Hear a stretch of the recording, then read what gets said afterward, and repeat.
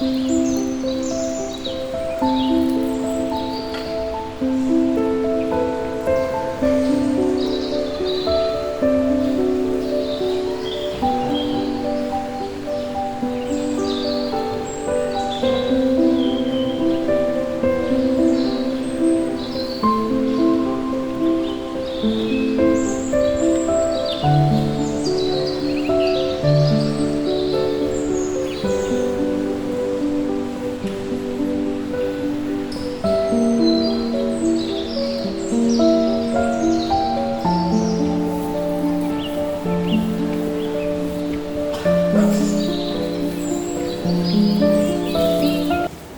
guys, labas na tayo ng Simala Church.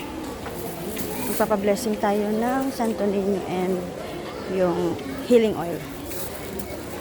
Pa.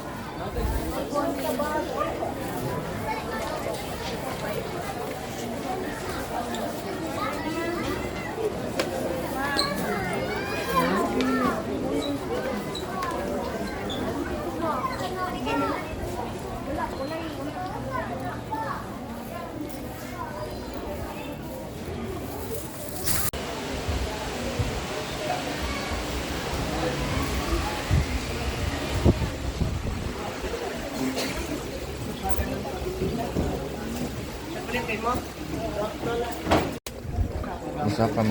Sa ngalan sa Ama, sa Anak, sa Diyos, sa Espiritu Santo.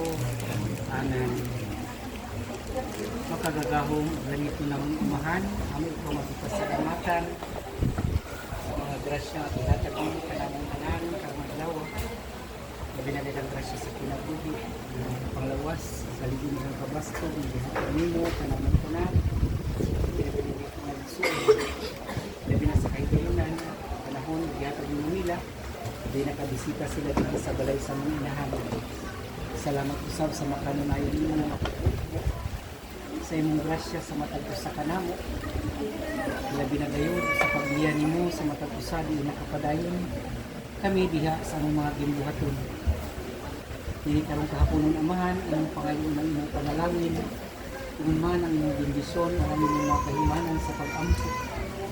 Kining mga imahen ni Señor Santo Niño, imahen ni Mama Maria, mga kandila, Rosariuhan, mga praise the Treasuries, Tantikan, Dinahan, dagan mga kagamitan sa pag-ampo, bendisyon ni Kinig Panalangini, pagkibuk Kinig Sagrado, sa ngalan sa mga anak sa Jesus, para magamit Kinig ng mga kumakaisuna, diha sa adlaw-adlaw nila makabuhat sa mga pag-ampo. Panalangin ni Kinig, bendisyon ni Kino aking instrumento, amahan, diha kanila nga mogamit ito.